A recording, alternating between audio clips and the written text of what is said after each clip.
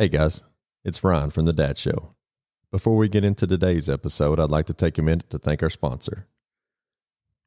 Have you been looking for a way to get on the water for some family fun? If so, please go visit my friends at Blue Springs Boat Company located in Kingston, Tennessee. Family owned and operated since 1988, Blue Springs Boat Company is the largest authorized Bennington and Regal dealership serving the East Tennessee area. They offer new and used boats, have a full parts department, and a certified service department on hand to help you with all your boating needs. They're proud to be your family's boat dealer. Let Blue Springs Boat Company help you find the right boat for you and your family. Visit them online at www.bluespringsboats.com or call 865-376-1472. Now, let's get to the podcast.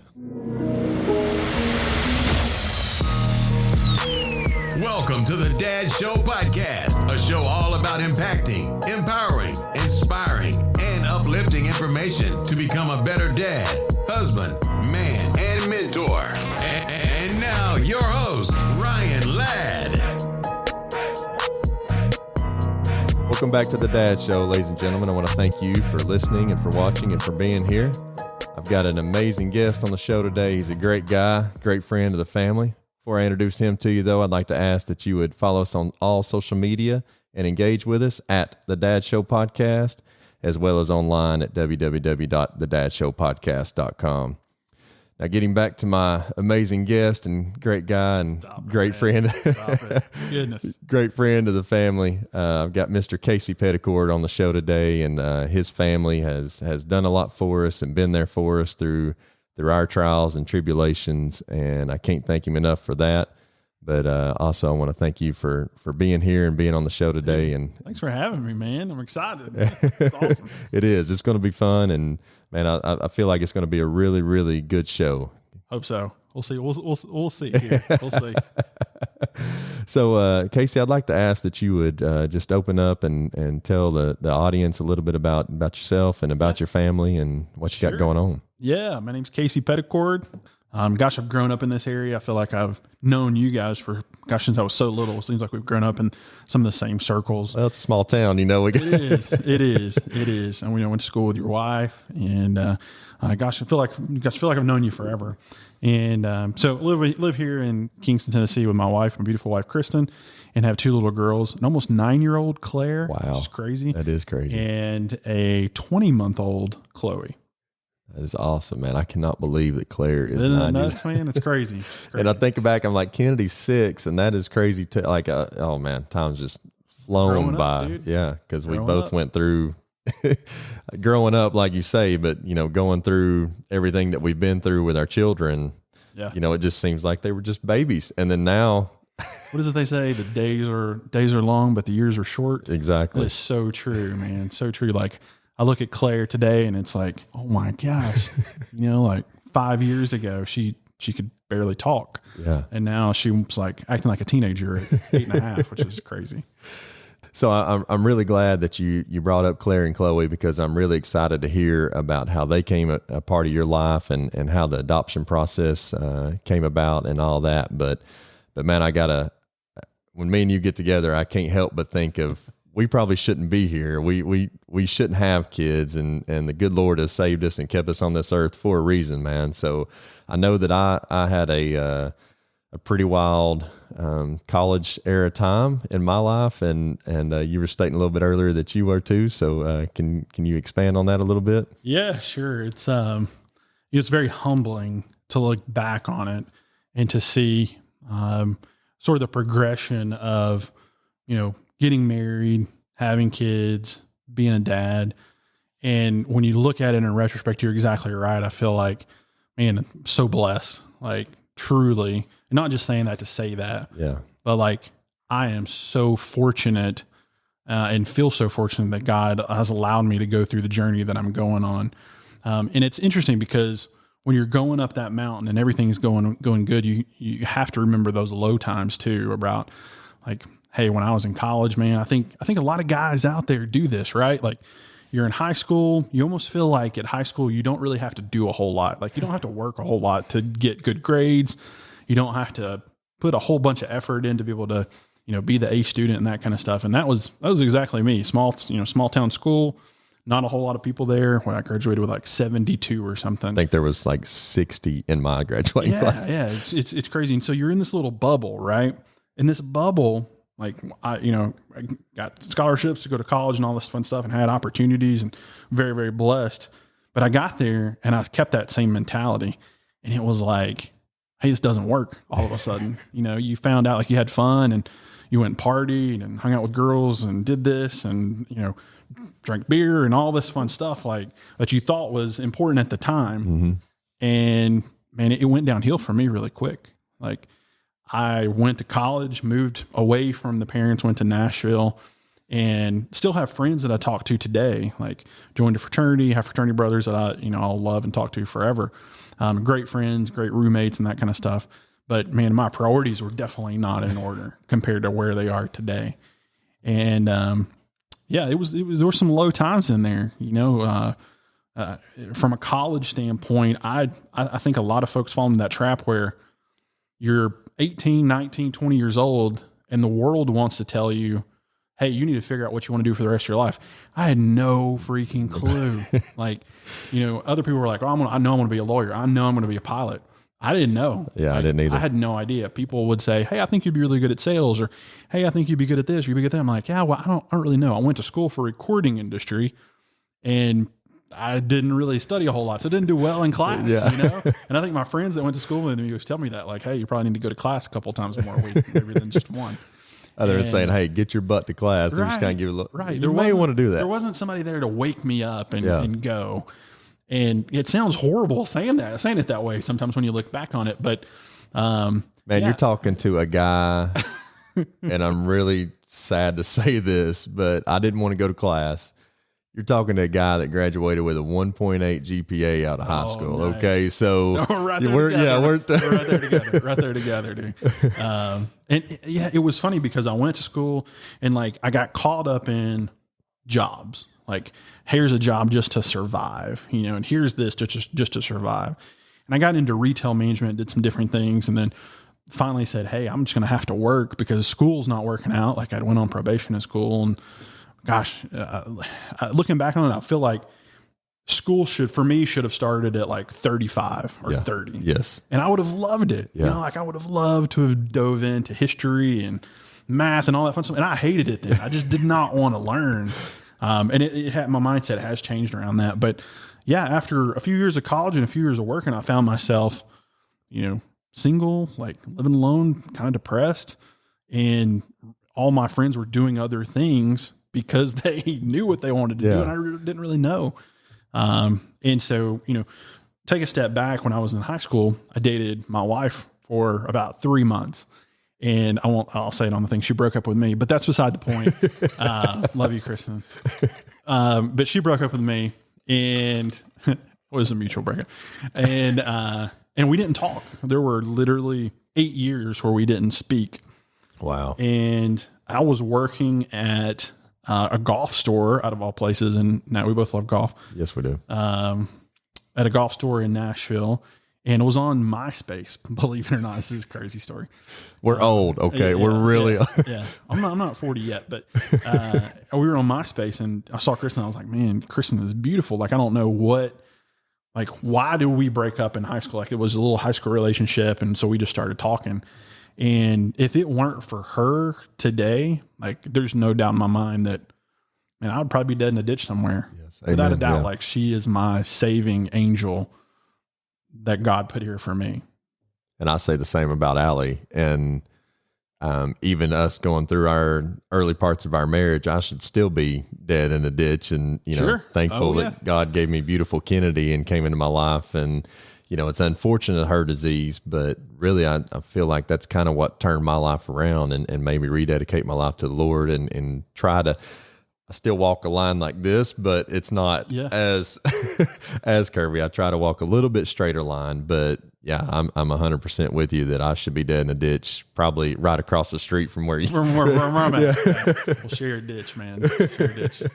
Yeah, it's crazy the way that God gives you these things, and you look back on it and you go, wow, like was taking a step back and I'm living in somebody else's apartment. Like there were a few days in between apartment moves that I lived in my car, and thinking about those type of things when and it's like, you feel like you have this network of friends and network of family and stuff, but the pride steps in the way where you feel like you can't reach out and just ask like, hey, I need some help, or hey, I need this, or, gosh, I'd really appreciate it if we could talk. And that pride was way up for me.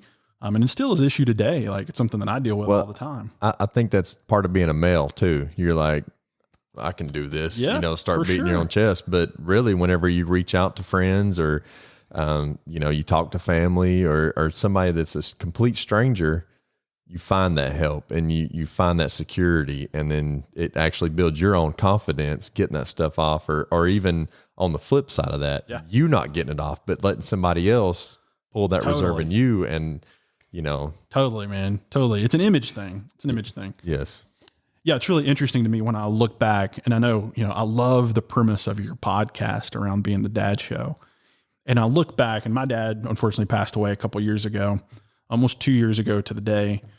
From cancer that came on just super suddenly. He'd actually retired, and we found out he had cancer 6 months after he retired, and it just went downhill really quick.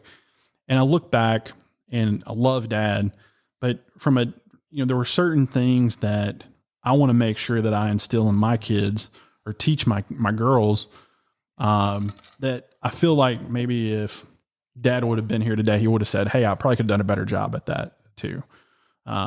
Things like credit, for instance, or, like, hey, when you get a bill, guess what? You got to pay your bill. Yeah. Like they'll actually come repo your car, believe it or not. It's not a fake story. Yeah. And it leads me around to when me and Kristin got back together to give you some context on how deep that valley was for me. Kristin worked at a bank in Knoxville, and I had decided at the time, hey, I'm going to try to move back to Knoxville. Me and Kristin were talking, didn't know where it was going to go, but I was going to move back from Nashville. And Kristin worked at this bank. Think about that. She's an employee at this bank, and my credit was so bad at the time that the bank wouldn't even give me a checking account. Wow. And it's like Kristin, I think about, there's a Need to Breathe song out right now that talks about, I don't know if you're Need to Breathe fan. I'm a huge Need to Breathe fan. Like I'm not worthy of her love at all, period. Hands down. Today, even today, like I will never be worthy of the way that she loves me, because when we started out, like it was like a mountain between us, like we enjoyed our time together, and we knew that we really liked each other, but like she was perfect in my eyes. And I was just next to nothing. Yes. If that makes sense. Rolling around in a mud puddle. Right. Right. And the pride thing, the image thing came into play, but it was one of those, like, we had to have several just sit down conversations to go, hey, like, we're not going to do this. And we have to align our goals and dreams. And for us, that was really a turning point, like to be able to go through that valley for me and then to be able to come back up on the other side. And I would have never have done that if it wasn't for her. But it isn't amazing how much drive, ambition, just strength that you gained from looking back and seeing where you came from, how you had to crawl out of that hole and up that mountain to where you are now. Like, so when you look at something that is a huge project or, that may take a lot of strength for some people, you're like, I got this. I mean, where I've came from, where I'm at today. Perspective. Yes. It does give you perspective. And for me, like my job, I work at a company called HubSpot, and a lot of people maybe have heard of HubSpot in different places, but I have the privilege of being able to sell or help partner companies all throughout North America come on board and bring their clients on board to HubSpot. And HubSpot was just named the #1 place to work. I think 4th year in a row on Glassdoor as far as nationwide company. Yeah. And I have to step back and go, like, I'm not supposed to work here, like I'm not good enough to work here. But when you talk about the drive and the ambition and that kind of stuff, when you're at that bottom, it does give you that sense of like, hey, if I work hard enough and if I'm determined, I'm going to get there. Yeah, exactly. And I want to give that to my girls. I want to give that to Kristin. I want to give that to other people, you and other folks as well. So yeah, it definitely plays a role in. Well, that motivation is huge for, for anybody. Like you said, your kids, your family, your friends, just acquaintances or some person that you may see outside the street. And they're like, no, I can't do that. I can't get there. But you can show them, no, I'm not supposed to be where I'm at. But isn't it funny how God works to put you in places that you don't feel worthy of? You don't, God's grace is so forgiving, and he's such a good God to us that puts us in these beautiful places with these beautiful women that we're not supposed to be with as our wives, and gives us these blessings of children that, like we stated, we're supposed to be in a ditch somewhere, not on this earth. 100%, man. And look where we're at today. Yeah. And it's all because of drive and trust and faith in the Lord and finding him. And obviously the number ones are our wives, because I'm the same way. I wouldn't be where I'm at without Allie. So I kind of want to switch gears and get into the adoption process and how Claire and Khloe came into your life, because I can imagine that this is going to be huge for a lot of people listening, and it goes right at the heart of kind of what the Dad Show is. One of the goals and mission statements is those children out there, or those people that may not have a father figure or a mentor or even parents in their life, to be able to say, hey, I love you. I care about you. I'm proud of you. And move them in a certain direction. So I'm really excited and really interested to hear about this adoption process for Claire and Khloe, man. Me and Kristin, when we got married, we both agreed that, hey, we wanted to adopt. Like, it wasn't just something that sparked or came up out of the blue. It was something that we had talked about. It was something that Kristin really had a heart for. And at first I supported her in that, but I grew to love it too, in the first part of our marriage when we didn't have kids. Mm-hmm. And Khloe and Claire are two completely different stories, partly because Claire is an international adoption and Khloe was a domestic adoption. But when me and Kristin got together and said, hey, we're going to adopt, but, we kept putting but in there. We kept saying, but we're going to have our own kids first. But we're going to do this first. We'll adopt after we do this. Mm-hmm. And we didn't have our own kids. And so we started doing things like went through some fertility treatments, and there was some medical stuff that we worked through. And, I won't get into the whole detail, but basically that whole time of about 3 years, we were going, okay, we want to do this on our time. And at the end of that 3 years, we go, wait a minute, like, maybe this is not our time. Yeah. Maybe God has a completely different plan for us that we don't know about. And so we really dove in from a prayer standpoint and just said, like, even praying on our own, not even necessarily together, but on our own, just like reflecting, hey, what is it? What is the plan of all this? We were both working, we were busy, we were doing things on our own. And it was very loud and clear to both of us one day that it was like, hey, you're trying to do this or you're trying to do this on your own time, and you're not trying to do it on my time. Yes. Just like plain as day, man, like God sitting next to you, talking and telling you that. Yeah. And at that point it was like there was so much built up tension. There were fights that we had about it. Like it trickled into a lot of other things in our relationship. And finally we just like released on it. It was like, oh, okay, I get it now. I get it. And at that point, we had already started kind of talking about adoption, and we said, hey, we wanted to do this all along. Like, why don't we go with this? Like, this is no different. Why is this any different than having your own kids? Yeah. And so we started, praying about like, where do we go? What do we do? What does that look like? And it's interesting. A lot of people ask us a lot of questions, living in rural, I probably didn't say that really well. Rural, I say that word for some reason. Rural East Tennessee. There's some interesting aspects that people have around like international adoption.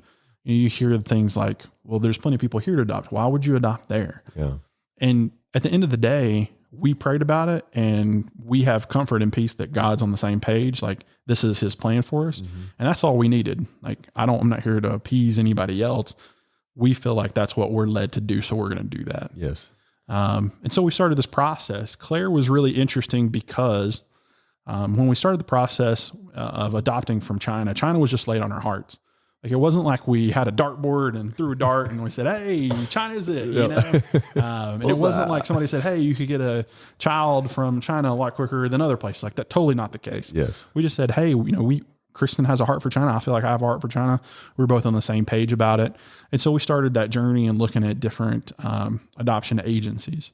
I kind of want to dive into that real quick, though, not even the adoption process, but with you and Kristin. Isn't it amazing? Like, and me and Allie get into this all the time, where she's wanting to drive one street and I'm wanting to drive another street. We're all going to get to the same location, but, you know, when we're trying to drive those separate streets, or, you know, not shooting the same goal, you're like, you can't get there. It takes you so long. But whenever you both line up and you say, this is what we're going to do, man, how much quicker and easier that road to travel to get to there is. Sure. I mean, that is, oh man, it's crazy. And, you know, you have to do like your own prayer time and your own self time, I guess you would say, you know, like sometimes you have to split up and think your own ways, and God will eventually bring you together if it's meant to be. Yes. But yeah, absolutely. It was interesting on the, on Claire's journey, because in China there are they call them special needs kids, right? Mm-hmm. And they say, hey, for a perfect child, quote unquote, you know, you're going to wait so many years. And so are you open to special needs? And it's literally like a checklist. It's the craziest thing. They give you this checklist and say, hey, what are you tolerant to? And looking back on them, I'm like, it's craziness. Like, yes. I'm tolerant to everything. Yes. Like, I want to check box it all. Like, there's a kid somewhere who doesn't have parents that really, their special need is not even really that special. It's just a need that they want to be loved. Yes. Period. Yeah. And that takes care of a lot of stuff. You know, yes, there's medical things and other things, but like that takes care of so many needs just right out of the gate. You know, when we were going through this adoption process, like there's a lot of red tape, there's a lot of paperwork and this and that. But at the end of the day, we kept saying, you know what, like there is a kid out there who is perfect for us and is meant to be for us and just needs a family, like just want somebody to love on them. And anyway, fast forward 2 years, you know, it's interesting. We had checked a box that talked about heart disease, and we checked it because we were really ignorant to it. Like we didn't know, didn't dive in, didn't ask any questions. And we got this file and it said, hey, like this child has a fairly severe heart condition, you know, heads up, had a surgery in China, probably going to have another surgery here, open heart surgery. And immediately when we saw the pictures, like me and Kristin were both, you know, that's our kid. Yeah. Like it was as simple as that. Kristin got the picture. She sent it to me. I was at work. I remember looking at it. I remember where it was standing, you know, and I said, no, that's my girl. That's it. Period. It was a done deal at that point. Wow. And so fast forward from then about 6 months, we traveled to China, got Claire, stayed over there for 3 weeks and brought her back home. How was that, man? How was China? Like what? China was, you know, it's so funny. I think China gets a bad rap, right? And I'm not saying that they're great or nothing, but we loved it. Like we really enjoyed it. And it was, I think there's some stereotypes around adoption from China and around how they treat kids.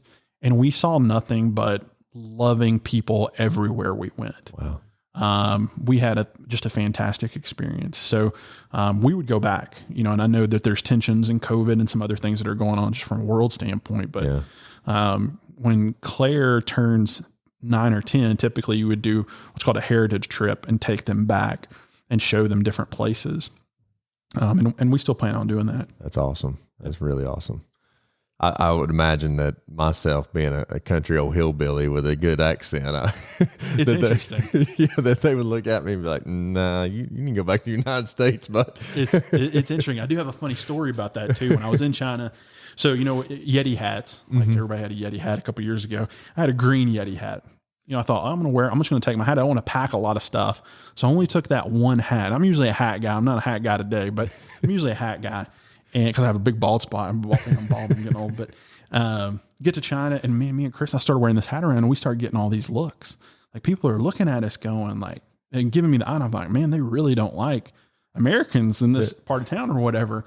And, we started posting some pictures online with some friends and family. And, we have a close friend of ours who is, from China. And she goes, "Oh my gosh, I forgot to tell you, you're not supposed to wear a green hat." I was like, "Why can't you wear a green hat?" And apparently that's a thing. Like in the old days, hundreds of years ago in China, the color hat that they wore would symbolize something that their family did or that their family was known for. Oh, and wow. green happened to be for that, hey, you had cheated on your wife.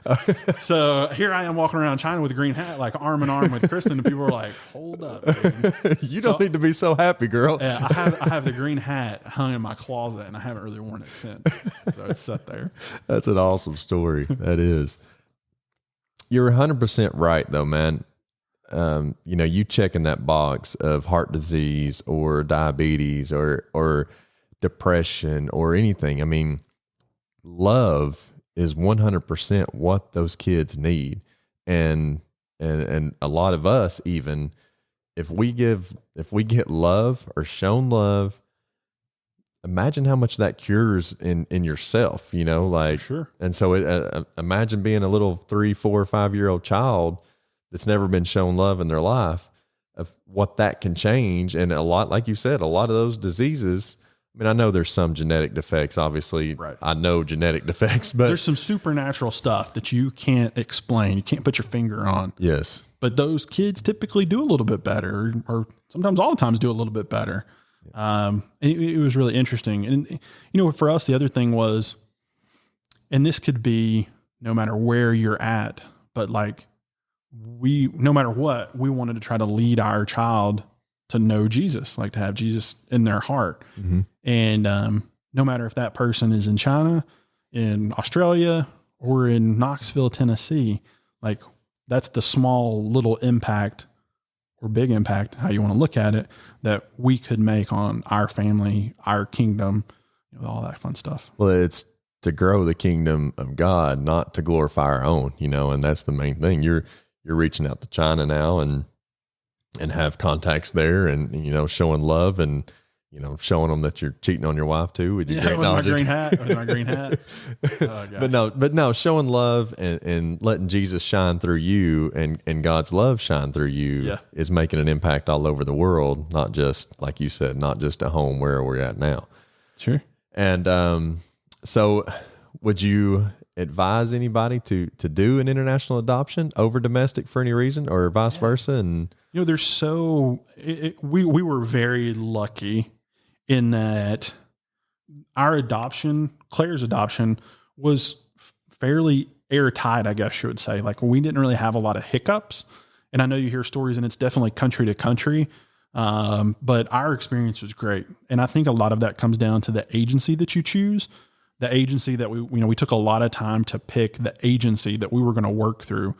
And the agency that we picked had people on the ground in China. So they had people on the ground working specifically with that agency in certain countries. Mm-hmm. And that meant a lot to us. So when we landed, it wasn't somebody who wasn't aware of what we were doing. Like we were with people who knew exactly what you were doing, the organization you were with the entire time. And that probably made our experience a lot better than maybe some other folks that I've seen out there. But at the end of the day, I think when you get that picture or you get that feeling or you hear God talking to you, like that's your kid, like that's my girl. I'd never met her at that point, but I felt like, you'd stand in front of a bus for her. Yeah. You would take that shot for her without even meeting her. Yes. And that love is great and deep, whether, it's a biological child or not, that is your child. You are 100%. Her father. Kristin is her mother.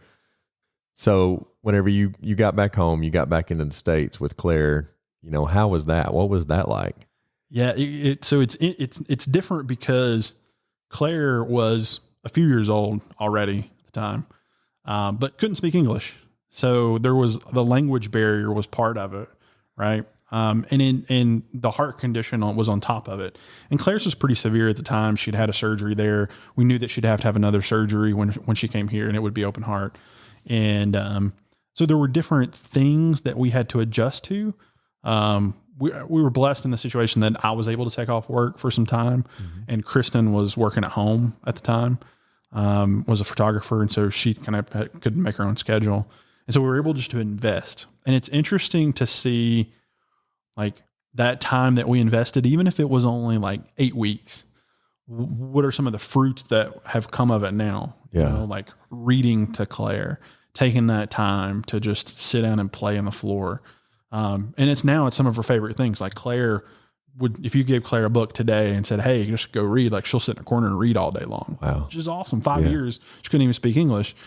And it's some of those seeds that you're able to plant when they're young, or, if you adopt, when you first get those kids, it's like a restart, right? For her, it was like a restart. She's basically starting over at 3 years old. Yes. And so it's like having a new kid. It's no different than having a baby, right? Minus Claire slept a little bit more. You didn't have to wake up every 3 hours. Yeah.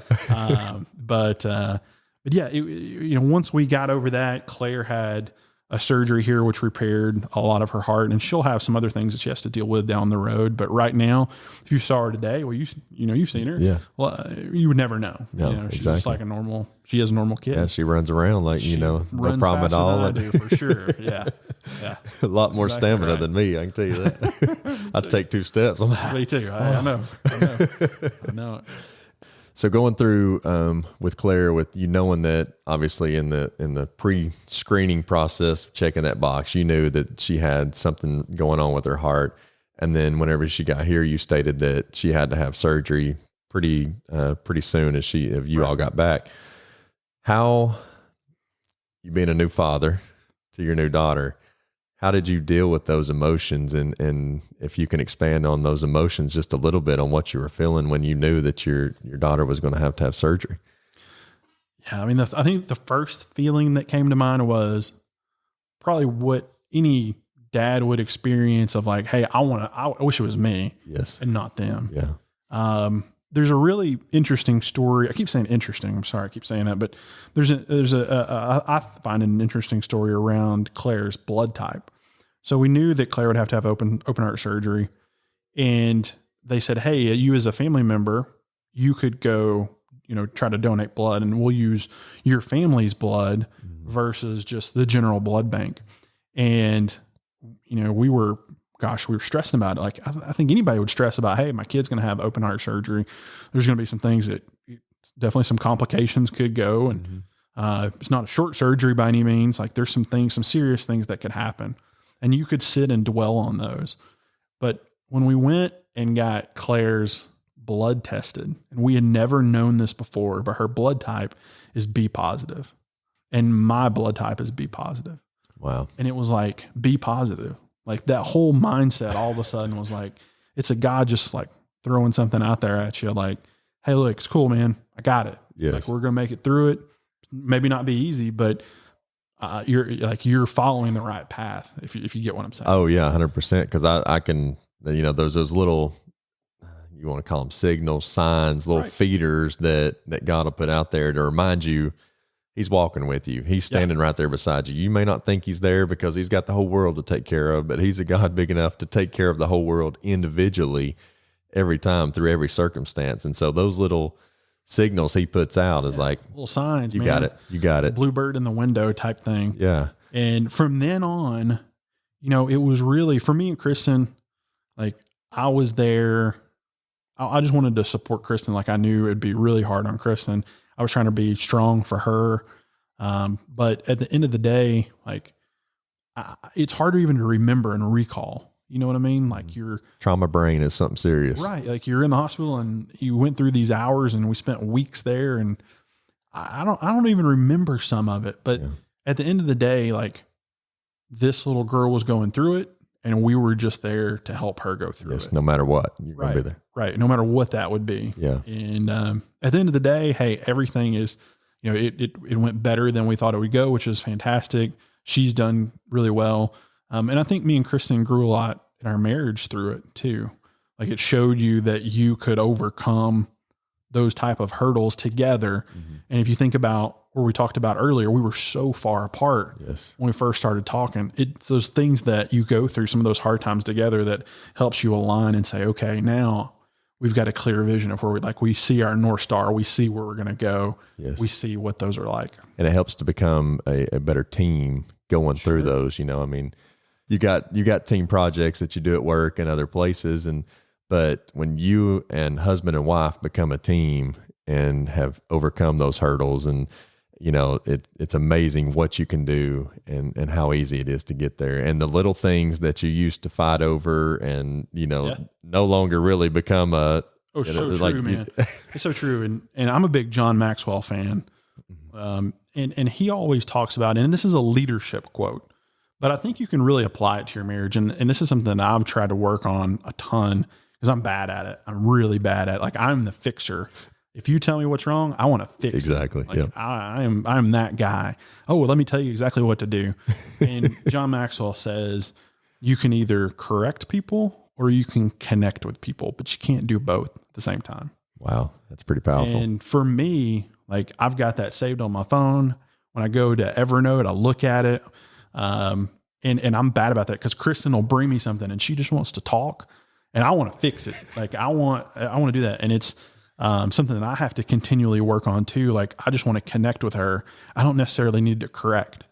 And that's just be listening. Yeah. It can apply to so many different things, right? Your kids too. Yes. Like, you can correct your kids. And I think there is a part where you're going to correct them on a path that they're going on. But, in our household, if you like, don't cry over spilled milk type of thing. Like, it's just a drink. Yes, exactly. If you spilled on the couch, it's a couch. Nobody cares. Like, if you break something, most of the time you can get another one. Exactly. Like, it's not that big of a deal. It's not worth getting worked up on. And I've got red hair. Kristin's got red hair. Like, we're fiery personalities. And so sometimes we do overreact, but at the end of the day, you just have to take a step back and go, like, they're human beings too. Like, you've messed up. You've done some really dumb things along the way too. Hey, it's like God in the back of your mind going, hey, remember college? Yeah. Like, I didn't kill you, so you shouldn't try to kill these kids now over just like spilling the water or something. So. It's funny you bring up those minor decisions that can become so big because right now we know that our washer and dryer is on our last leg, and I'm like, it's a washer and dryer. It's going to wash clothes and it's going to dry clothes. Yeah, that's at the end of the day. We don't, that's it. And my wife is really, she's really stressed and really anxious over this whole process. And I'm like, literally, it is a piece of metal that's going to put water and soap and then it's going to dry. Like, that's it. Right. We just get a good brand and a good warranty and we're good to go. That's it. So I want to kind of touch on, being there for Kristin during this surgery process, because I can remember being in Cincinnati, especially at a time with Kennedy, because we thought her second transplant was failing, and being the dad or, being the husband, you need to be that rock, that firm foundation, that solid foundation for them to be able to rest on. And I can remember one time in particular that me and Allie were talking and it was really becoming just a bad, it was really becoming just really hard, really tough with what we were dealing with. She may have to go through another round of chemo and try to go through the transplant process, which all that's just terrible in itself. And so we were really down and out, and I was really trying to be that solid rock, that solid foundation. And, I had to actually say, look, I looked around for the room just a way to get out there. I said, I love you, babe. I need to go do the laundry at the apartment. I mean, there was like 2 or 3 clothes in the laundry bag, but I just grabbed it, and her and Kennedy were going to take a nap. So I let them take a nap, and dude, as soon as I got out to the parking lot, it was just, emotions ran over me and I had to get that out. And I just started praying, and God just, reached down, pulled that off of me. And I did go do laundry actually at the apartment, came back. But, nice. God, like you said, those little feeder signals and everything, he reached down, he pulled that off of me and gave me the strength to go back and be the rock for my family that I needed to be. So was there any tough times during that process that you can remember in particular that got to you? Or yeah, it was, I think about perspective during all that. So Claire's heart condition had, to sum it up, I won't go into detail, but basically her body didn't get enough oxygenated blood. And so like when we saw her, there were things like maybe her lips were a little blue, they weren't flush like they would be with a normal functioning heart. Mm-hmm. And I remember thinking like, oh man, like Kristin is not going to make it through this. Like Kristin is, I am going to have to be that person. And when Claire came out of surgery. She's in the ICU, hooked up to all this stuff. There's tubes going everywhere. We walk into the room and Kristin starts crying. And I thought, oh man, this is it. Like, she's going to just completely break down. And the nurse goes, this is ICU nurse, talks to all kinds of families, in this exact situation all the time. They have a whole heart floor at the hospital you're at. And the nurse goes, oh man, I know it's overwhelming to see her in this situation. Like, I know it can be very tough for you. And Kristin just goes, like, a total God thing. Kristin goes, no, I've never seen her that pink before. Wow. And from a perspective standpoint, like, like for me, mind blown. Like I would, I lost it at that point. Oh yeah. Because I kept thinking, I'm going to have to really step up and take control in this. And no, like I didn't hit that point because Kristin had that mindset, and we had already been talking about it and praying about it. And, are there tough times in that? Sure. Like, after you've slept in a hospital bed for 10 days, it's like my back hurts, my leg hurts. Like, I just want to go sleep in my own bed. But at the end of the day, it brought us together in a way that nothing else really had at that point. Yeah. And that's, one of the things that I'm grateful for about Kennedy and Lincoln's diagnosis and treatment and everything they've been through, because of how close it's brought my wife and I and our relationship and how strong it's made us. So I can definitely agree with you that, going through that makes you stronger than anything you've ever been. It makes you think about things like, hey, guess what? Our budget is a little short this month, like maybe $500 short or something, or, hey, we've got this bill that we need to pay, or, hey, we've got to do this to the house. It's all just stuff at the end of the day. Amen. And you've made it through these milestones. Like, and because you've made it through that, I think God's going, hey, like I brought you through this. Now you got to do something. Like, there's a whole nother plan down the road. It keeps growing. It's not going to get easier from here. There's going to be other things because you overcame that. Yes. And there was other things growing. There was, because man. Khloe coming into your life, obviously there was stuff growing. So, give us a little bit insight on Khloe. Little Khloe. It's funny. Me and Kristin had talked, after we got Claire, we were like, okay, do we want to have more kids? Do we want to adopt again? Like, what does this look like? And we were very happy with Claire. Like, I think me and Kristin had said several times, hey, we're happy with just one kid.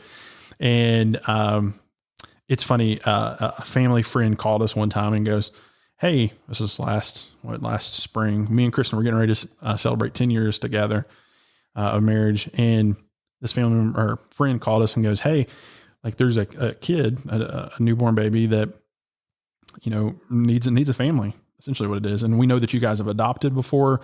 Kristin had shared a lot about our adoption story. Mm-hmm. And they said, hey, I know you've got friends that have adopted and you guys have went through it before. Do you know anybody? Do you know anybody that would be interested in adopting this little girl? We were like, no, not off the top of our head. We'll ask around for you. And Kristin hung up the phone and went about my day. She went about her day. And at night we were both just kind of sitting there. And the next day, like we went to sleep. Next day we were both kind of like, hey, were they calling for us? Like, were they talking to us this time? Or, because we really didn't know, like nobody off the top of our head that, sometimes you have those scenarios where you could say, oh yeah, I know somebody that would love to take care of this child. Yes. We didn't. And we were just like, hey, maybe this is us that they're talking to. And 6 months later, man, we officially adopted her. And, so it's interesting because we went through the international route and we've done the domestic adoption too, and completely different processes, totally different emotions in both of them, on how they work and how the court systems work and paperwork and all that fun stuff. But, Khloe's rocking and rolling, man. Khloe's great. She runs around saying Baba and Mama and feed me and all kinds of fun stuff. So, isn't it, one of the things that I'm very interested in? So, obviously I've got Kennedy and Lincoln. So Kennedy is a daddy's girl. Lincoln is a mama's boy. Having two daughters, man. Are they both daddy's girls, or? Kristin would tell you yes. It's funny. I feel like Khloe is in this dad stage right now where Kristin can't even put her to bed she freaks out if I'm not there. And so it's kind of good that it's during this time of COVID and quarantine, because we've been able just to stay at home and not interrupt her schedule a whole lot. But yeah, I think I like to say they're both daddy's girls. Is there anything different obviously there's about 7.5 years difference in age there. And I know that there's going to be different things, but is there, main stuff that you do with Khloe that you don't do with Claire, or, vice versa? Is there? Well, for us, or for me, I've tried to say, hey, like, we're going to set certain times just for us, and date nights. We'll call it date nights. Like, me and Kristin have a date night, and me and Claire have a date night. And Claire has a date night with Kristin every once in a while too.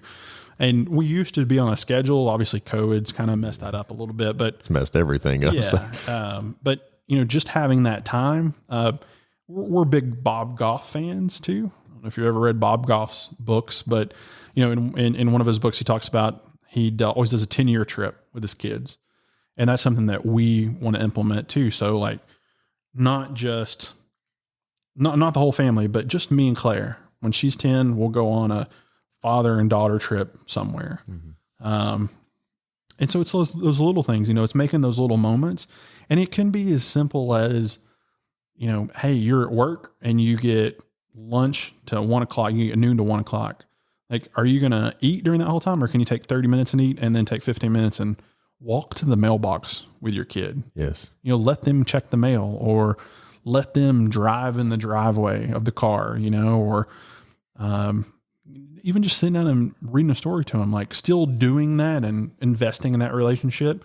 It's no different than investing in the relationship with your wife. Yes. Or your parents, and I think I took a lot of that for granted when I was younger. Really took it with a grain of salt, friends and family. And that's something that I want to teach my kids. Hey, those relationships are important, and you have to nurture those relationships. And it's just like a plant, right? If you don't water it, it's going to die. It's going to die. The more time you spend on that relationship and the more you invest in that relationship, the better it's going to be completely all the way around. That's right. And, that's kind of leads me into one of my other questions that I've got for you is, you and your wife have been through some low times. You and your wife have been through a couple of adoption processes, and you continue to grow. So now, I know COVID's obviously put a huge damper on a lot of stuff, but what are some things that you and your wife do to kind of help continue to build your relationship and grow closer and invest in that? This is going to sound really cheesy. All right.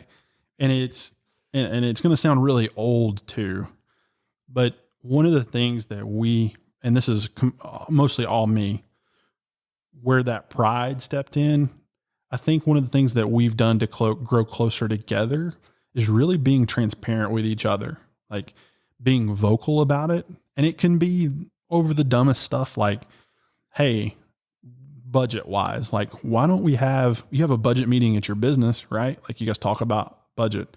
Why don't we have a budget meeting at home? Like, why don't we talk about that once a week, even if it's just me and Kristin, and it may be sitting in bed on your computer while you're watching Netflix. Yeah. But we're just having a transparent conversation around, like, hey, here's this, and here's what we want to accomplish, and tying some different goals to it and tying some different timelines to it. And I think that has really, like, I think we're pretty clear together on, hey, what do we want to do in the next 12 months? What do we want to do in the next 3 years? And what do we want to do in the next 10 years? Mm-hmm. And how does that trickle down into what restaurant we go to today? Do we stay at home? Do we go out to eat? Like, what does that look like from a money standpoint? How does that play in from a career standpoint? Where do we position ourselves to do that? And then at the end of the day, writing that down, putting it on a piece of paper, yes. Putting it on, I noticed when I walked into your house, you got a whiteboard upstairs. Love that, man. We got a whiteboard too. Like, write that down. You might have to erase it at some point. You might have to scratch half of it off. Yeah. But guess what? It's still there, and it's still staring you in the face. Yes. Look at it every day. I think the other big thing is, for me, like, from a dad standpoint, is don't assume that somebody else is going to do it for you. And I think about love, for instance. Like, if you don't love them, somebody else is going to. Yes. And in like mine and Kristin's world, I guess you would say, like, I try to go into any activity from a mindset standpoint of like, hey, I'm going to do this. Like, I would love for Kristin to do it, but I'm not going to get mad if she doesn't. And I think she feels the same way for her. Like, she assumes that she's going to do it. And if I don't, she's okay with that. And we've had to have those conversations and talk it out. In the book, Strong Fathers, Strong Daughters, it talks about when you have daughters that as guys, like, I think if me and you rode in a car to California, we could probably go half the trip and not talk to each other. You know, like most guys are like that. Yeah. And I fall into this trap a lot. And with daughters in that book, it talks about talking double, like saying things, not just saying like, Claire, you're beautiful. Like, Claire, you're beautiful because you're so different than anybody else. You're completely unique in the whole world. And just expounding upon all your words because they end up using those words and they soak it in. But especially from a father-daughter standpoint, like we tend to hold those words in and man, I want to let it out. Like I'll sit there and tell Khloe, who can't really talk yet, but say things like, Khloe, you're beautiful. You know, you're pretty. Yeah. Your hair is great. And she'll smile and act like she's, knows what we're talking about. But all that stuff accumulates over time. All that positive reinforcement of putting that into somebody, and it pays dividends down the road. I mean, look how much negativity's in our world just completely. Dude, so crazy. if you, and I even said this in the last podcast, that there's so much negativity outside. There's no reason for negativity in your own household. If you go outside and you walk down the street and you just smile and ask a complete stranger who's looking down at the ground and gloomy, hey, how you doing? Or, hey, buddy, I hope everything's good. Yeah. How much that brings them up. If those few words can change that perspective on the street to somebody that you don't know, imagine how much those positive words and love can change your household, who you're with every single day. 100%, man. And the exact opposite too. Like those words are so strong that in your marriage, I was really bad about this. When we first got married, like I would say things and not know how it hurts Kristin. And nobody's perfect. I still say things today that I'm like, man, why did I say that? I should not have said that. Like that was not smart. I'm going to pay for that. Well, we're guys, we mess up a lot. We do. But now I think we're to a point to where, hey, it's okay when we just walk away from each other for a minute. You talked about going to do the laundry, just getting away from the situation for just a minute because you don't want to say something you're going to regret forever. Yes. And you're going to have those tense moments. But it's part of being a husband and wife. It is. And, it's interesting, especially with the, political year, the presidential election, there's so much hate going on. There's so much name calling and this and that. And, I'm going to know if this guy's listening to the podcast because I'm going to bring his name up. But I have a good buddy named David Buckner. And David, we worked together for 10 years, and he has a kid with a heart condition too. And, he told me one time, because I was asking him about political stuff, and I used to post some stuff online that was like, oh man, probably not a good idea to do that. And David really never did that. It was always in a positive light.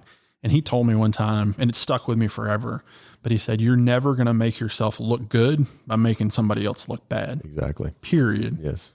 And he lives by that, and I love it. And, we can joke and do those things, but, I think it's a perfect time to teach your kids that. Like, when you see those ad campaigns that are negative and this and that, like, you don't have to buy into that. You have your own thoughts, but we don't talk about people in a bad light, no matter who they are. And everybody's like you said, a person. Just walk away, just leave it, leave the situation, leave the conversation, leave the commercial on the TV, whatever, just get away from it so it doesn't affect you personally. That's exactly right. And I love how you talk about transparency with your wife and your daughter. And that's, from a medical dad standpoint, and I'm sure that you can relate to this as well, is the fact that you learn to overly communicate whenever your child's in the hospital and has to have certain medications at certain times. If I know me and Allie would switch out, and if I didn't relay to her, we gave this medication at this time, and then, cause it was on,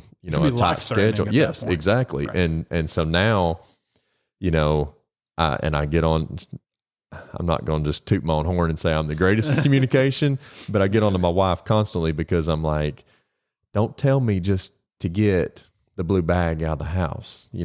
Tell me where the blue bag is, what else is colors on the bag, overly communicate that because, and I know I'm using a handbag as an example, but overly communicating those small things and the big things is going to make your marriage and your relationship a lot deeper. And honestly, it's going to be a lot easier. Like we was talking about earlier, if you both are overly communicating, then you both know the goal, and that road's going to be a whole lot easier and a lot less bumpy to travel to get to the end point, no matter if it is just going into the house to get the blue handbag, like it's going to make the whole aspect of everything in your marriage and your relationship so much easier and better. It is. Even if it's little things like, hey, here's what I need to do next week.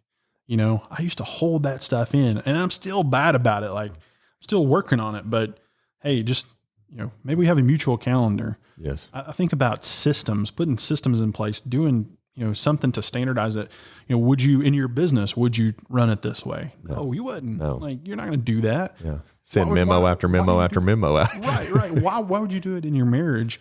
So at the end of the day, man, I think me and you on a marriage standpoint, obviously we both hit the jackpot and, I think we're both, undeserving of the love that we get from our significant others. I'm 100% on the same page with you there. We stated it multiple times earlier. I don't deserve what I have today. Yeah. And I think, something else that always sticks with me, another John Maxwell quote, but, I think if you're listening to this podcast and you're walking away from, something that you could walk away with is John Maxwell always says, you're either preparing or you're repairing. Yes. One or the other. And you can't get in that trap of just being in repair mode all the time. No. You have to prepare for what's next, prepare for the goals, prepare for the life lessons, prepare your girls, prepare your boys, get them ready for that. And that's next step. That's that over communication. It's easier to prepare when you know that end goal that you both want it to result in. That's right, man.